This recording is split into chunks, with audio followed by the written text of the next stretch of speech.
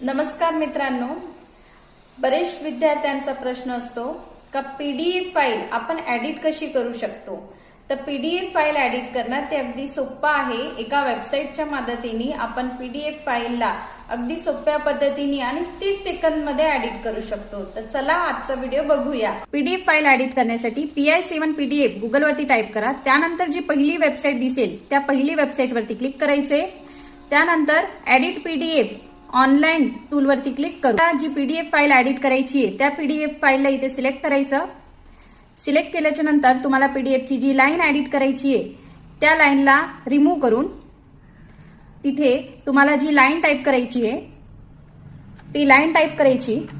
त्यानंतर इथे download PDF वरती क्लिक करायचे। इथे तुम्हाला ऑप्शन दिसत असेल डाउनलोड पीडीएफ। डाउनलोड पीडीएफ वरती क्लिक करा।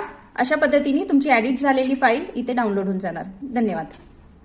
आणि अशी अनेक व्हिडिओ बघण्यासाठी प्लीज माझ्या चॅनलला सबस्क्राईब करा, मला फॉलो करा आणि मला असंच सपोर्ट देत राहा।